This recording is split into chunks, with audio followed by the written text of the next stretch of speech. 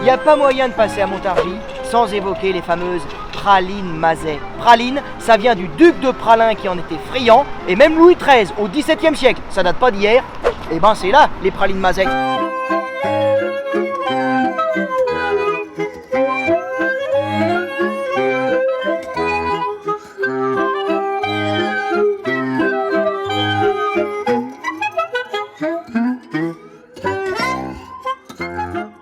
Montargis, durant l'Antiquité, c'est une petite agglomération celte qui appartient à la tribu des Sénons, dont la capitale est à Sens.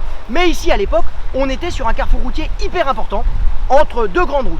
Une nord-sud, qui allait de Paris jusqu'à Lyon et même jusqu'en Italie, et une ouest-est, qui en gros allait de Orléans à Nancy, en passant par la future Montargis. Et il nous reste de ce carrefour routier des vestiges, le pont de la chaussée que vous avez derrière moi, qui enjambe la rivière du coin, qui est le Louin, et qui permettait donc aux habitants de Montargis de se développer bien avant l'arrivée des Romains sur la rive droite du Louin. Et c'est donc ensuite, après la conquête romaine, que ça va continuer, puisqu'évidemment cette voie nord-sud, qui va de Paris à Lyon, va devenir notre mythique National 7, alors que la voie ouest-est, qui est ici derrière moi, avec le pont de la chaussée, d'ailleurs chaussée, ça vient du latin calceata, en gros c'est qui est construit avec de la chaux, et bien ça va devenir la nationale 60, ici, voilà, au-dessus du Louin. Et donc sur la rive droite, va se construire durant l'Antiquité Montargis. Après ça va changer, on le verra plus tard.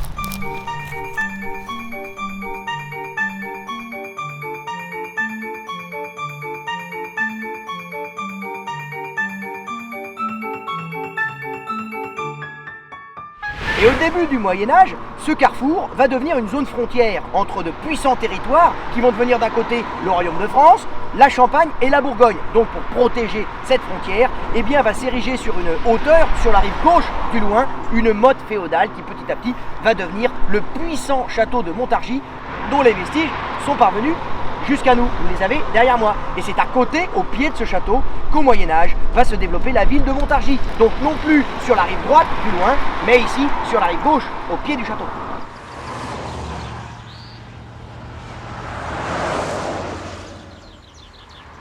Et c'est finalement le royaume de France qui va s'approprier Montargis à la fin du XIIe siècle sous Philippe Auguste. Vous connaissez Philippe Auguste? On dit que la France est née avec Philippe Auguste.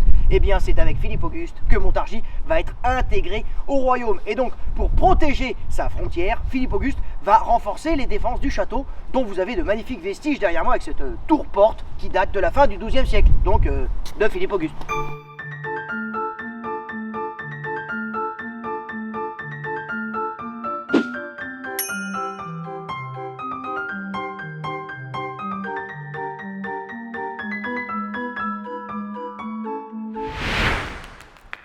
Alors malheureusement, il ne reste pas grand-chose aujourd'hui du magnifique château de Montargis, mais quand on voit la tête des caves du château, on se dit que vraiment il devait être magistral. Regardez ces caves du XIVe siècle, construites par Charles V sous son règne. Regardez par exemple comme c'est vachement bien ouvragé. Regardez les clés de voûte.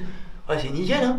C'est vraiment très très beau. Et dans ces caves, on entreposait les fruits, les légumes qui servaient à la table du roi. Parce que Charles V était gourmand. D'ailleurs, il avait un super cuisinier à son service, le fameux Taïwan. Le restaurant Taïwan à Paris avec les caves Taïwan, ça date de cette époque, 14e siècle. Et le mec, donc, il faisait plaisir au roi. Très gourmand, Charles V. Il aimait en particulier les mangues, les melons, les fraises. Et les melons et les fraises, on les mettait donc à l'abri. On mettait les petites graines comme ça, on les mettait à l'abri du froid, du vent, de la lune. Le soir, la nuit, la lune, ça brûle les légumes, donc on mettait tout ça ici dans les caves pour que ce soit servi à la table du roi. C'est pas Charles V, c'est Charles la fraise, il adorait ça.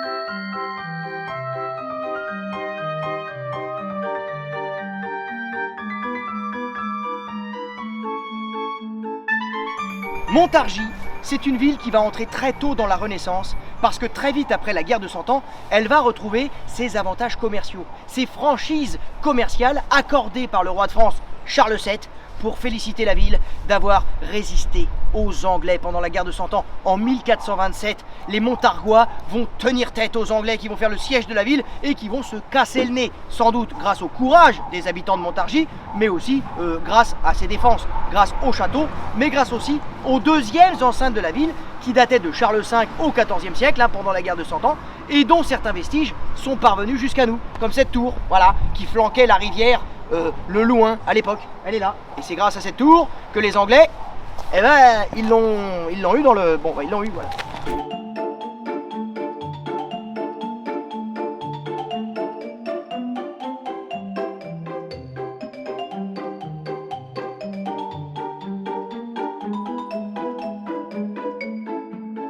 La ville s'appelle carrément Montargis-le-Franc. Il va y avoir un véritable boom commercial durant la Renaissance avec de nombreux moulins, mais aussi des pêcheries, des tanneries qui s'installent sur les rivières qui enveloppent Montargis. Vous avez même d'ailleurs deux gros quartiers qui se développent, les deux poumons d'activité économique de la ville. D'un côté à l'ouest, les tanneurs et de l'autre à l'est, les pêcheurs. Et là, petite question test, pour ceux qui ont vu ma chronique sur Dole récemment, eh bien, je suis où là? À l'ouest ou à l'est? Regardez derrière moi les vestiges de ces bâtiments, hein, évidemment, ce sont des tanneries avec les séchoirs en hauteur pour sécher les peaux, les cuirs. Ici, on est au-dessus du Puiseau, un affluent du Loing. On est dans le quartier des tanneurs.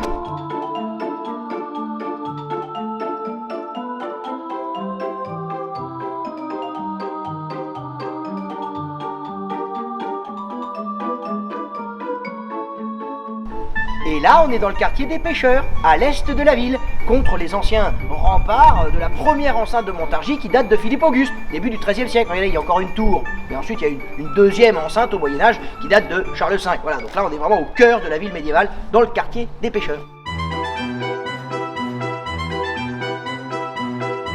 Bah oui, quand je vous dis qu'on est dans le quartier des pêcheurs, on est dans le quartier des pêcheurs. Oh, ils me croient pas, les mecs.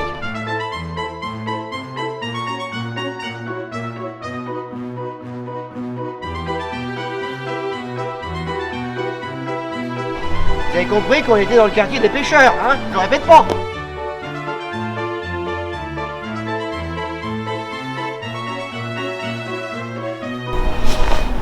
Et quoi de plus beau comme symbole de la richesse de Montargis durant la Renaissance que le chœur de l'église paroissiale Marie-Madeleine? Regardez-moi ça, peut-être imaginé par Androuet du Cerceau, hein, qui habitait à Montargis, mais en tout cas vraiment inspiré de la Renaissance italienne, notamment avec le chevet carré de l'église. Ça c'est très très rare, il est carré d'ailleurs, on va aller le voir de l'extérieur.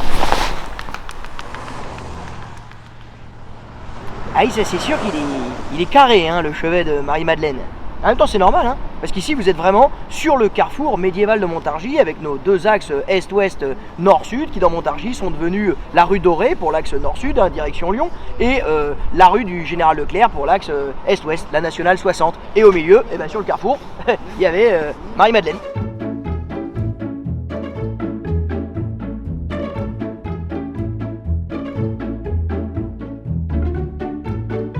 Et cet élan économique va encore plus exploser à Montargis après la création du canal de Briare. Attention les enfants, hein, le canal de Briare, c'est pas de la quiche. C'est un des plus anciens canaux de France. Il date de 1604, il date de Henri IV pour relier la Loire à la Seine. Ça va être un véritable choc industriel pour Montargis, mais aussi pour toutes les villes desservies par le canal, comme ici à Amilly, au sud de Montargis, au Moulin Bardin. Tiens, d'ailleurs, il y a une petite anecdote marrante avec le Moulin Bardin. C'est un moulin qui existe depuis très longtemps, hein, depuis le XVIe siècle. Et quand on a construit le canal de Briare, qui est là, hein, là il est en travaux, il est là le canal de Briare, eh bien le canal passait au milieu de la cour du moulin.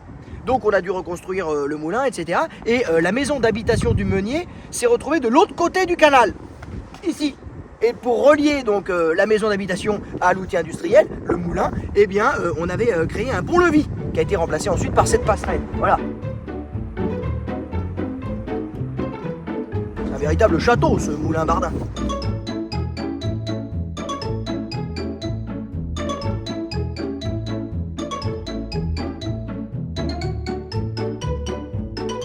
Et pour moi, le symbole de la modernisation de l'industrie de Montargis à l'époque moderne puis contemporaine, eh bien il est derrière moi avec la célébrissime usine Hutchinson. Alors au départ ici, il y avait une usine de papier, une manufacture de papier, hein, qui profitait de la force hydraulique de l'eau et du canal de Briare. Elle était installée ici, derrière moi, et elle a fabriqué en particulier le fameux papier assignat pendant la Révolution. Mais au milieu du 19e siècle, il y a donc un monsieur qui s'appelait Hutchinson qui va racheter notre manufacture de papier, ici derrière, et qui va la transformer en usine à caoutchouc, pour faire du caoutchouc, et en particulier une usine pour faire des semelles, pour des chaussures. D'ailleurs, tiens, les bottes Aigle, c'est né ici, derrière moi. Et cette usine Hutchinson, ça va devenir le fleuron industriel de Montargis. Attention les enfants, à la belle époque, ici il y a plus de 5000 ouvriers sur le site de Chalette-sur-Loing. On est à Chalette-sur-Loing, il y avait plus de 5000 ouvriers ici. Ça venait du monde entier, même de Chine. Par exemple le fameux Deng Xiaoping. Deng Xiaoping, c'est pas de la quiche, les amis. Deng Xiaoping, c'était quand même le leader de la Chine communiste dans les années 80. Et ben, quand il était petit, il est venu ici, à Hutchinson, en tant qu'ouvrier. Alors, il aime pas trop qu'on lui en parle, il aime pas trop s'en souvenir, parce que, figurez-vous que comme il était tout petit, il mesure 1m50, eh bien, il a été affecté à l'ébarbage. C'était un travail réservé aux femmes. Et lui, il était tout petit, donc on l'a foutu à l'ébarbage. Et qu'est-ce que c'était que l'ébarbage? Eh bien l'ébarbage, c'était tout simplement le fait de nettoyer un petit peu les surplus de gomme, de caoutchouc qui dépassaient sur les semelles. Voilà, pour faire le truc un peu propre, eh bien on utilisait Deng Xiaoping. Et c'est certainement ici que notre Deng Xiaoping a été vacciné au communisme avec les syndicats et en particulier la CGT. Enfin, c'est ce que les gars de Chalette ils disent. Ils disent que c'est grâce à eux si Deng Xiaoping a gouverné la Chine.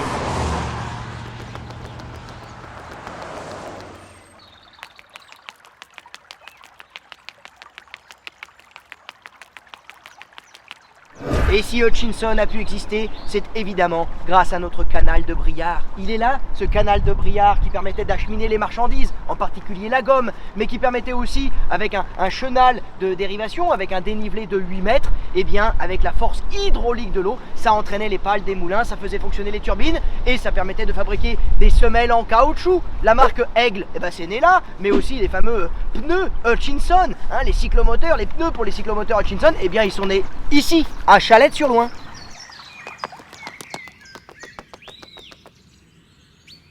Eh oui, entre Montargis et la Chine, il y a une histoire d'amour qui date pas d'hier.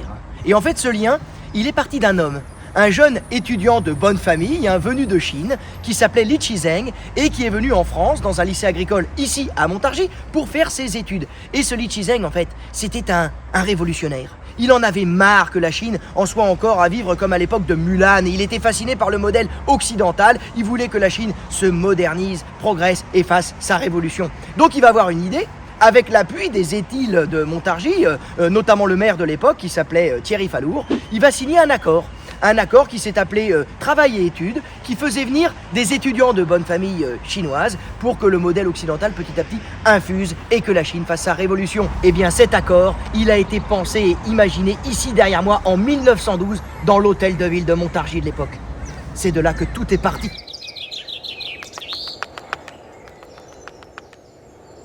Et c'est dans les jardins de l'hôtel de ville, donc de l'hôtel d'Urzy, qu'un de ses étudiants bénéficiant du programme Travail-Études, un Chinois qui s'appelait Cai Sen, est venu haranguer, faire un discours à ses corolégionnaires chinois pour les convaincre de la nécessité de fonder un parti, le parti communiste, pour moderniser, améliorer la vieille société féodale chinoise. Ça s'est passé là, derrière moi, en juillet 1920, un an avant la fondation officielle du parti communiste avec Mao, parce que Cai Sen, cet étudiant, c'était un pote de Mao. Donc il a jeté les bases du parti, ici, derrière moi, dans ce bassin. Voilà, c'est le berceau du parti communiste, il est là. Enfin, c'est pas un berceau, c'est un bassin, et d'ailleurs, il est pas en eau, c'est en eau l'été, mais avec la sécheresse, je sais pas si on va le mettre en eau, c'est un autre problème.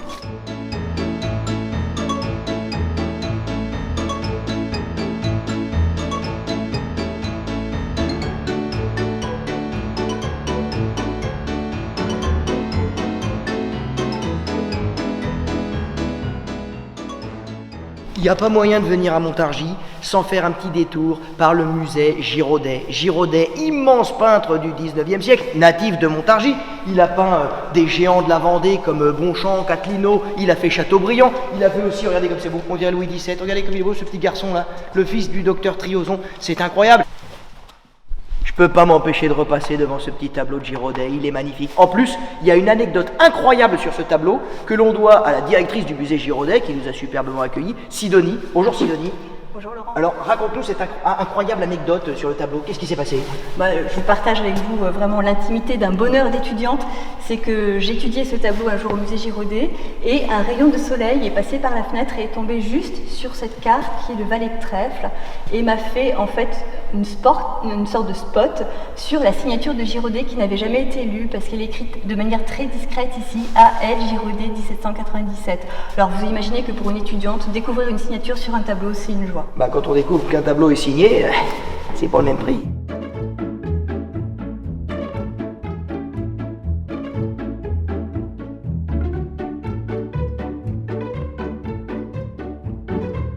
Montargis aujourd'hui, c'est une ville qui a réussi à faire de son passé une force pour son avenir. Avec son canal de Briare, avec ses rivières, avec ses ponts, ses passerelles. Il y a 131 ponts et passerelles à Montargis. Non, qu'est-ce que je dis? Depuis août 2022, il y en a 132. Ah oui, indubitablement, Montargis, c'est la Venise du Gâtinais.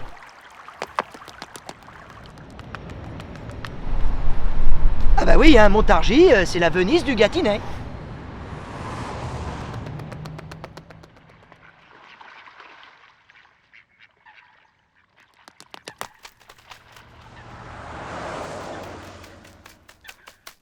Non. Laisse les gondoles à Venise. Si tu veux venir visiter Montargis, il faut plutôt que tu prennes ton vélo. Parce que passe dans Montargis, le long du canal de Briare, la mythique Scandibérique, l'Eurovélo 3, cette voie cyclable qui traverse toute l'Europe, depuis la Norvège jusqu'à l'Espagne, Saint-Jacques-de-Compostelle. En gros, en fait, la Scandibérique, c'est le chemin de Saint-Jacques pour les cyclistes. Et il passe dans Montargis et il permet autour de Montargis de découvrir les richesses passées de la ville. Comme ici, du côté de Montbouy, avec cet incroyable amphithéâtre gallo-romain, au milieu de nulle part, dans la forêt, et qui est dingue, il pouvait accueillir jusqu'à 5000 spectateurs. Regardez-moi ça, Vous voulez voir mieux?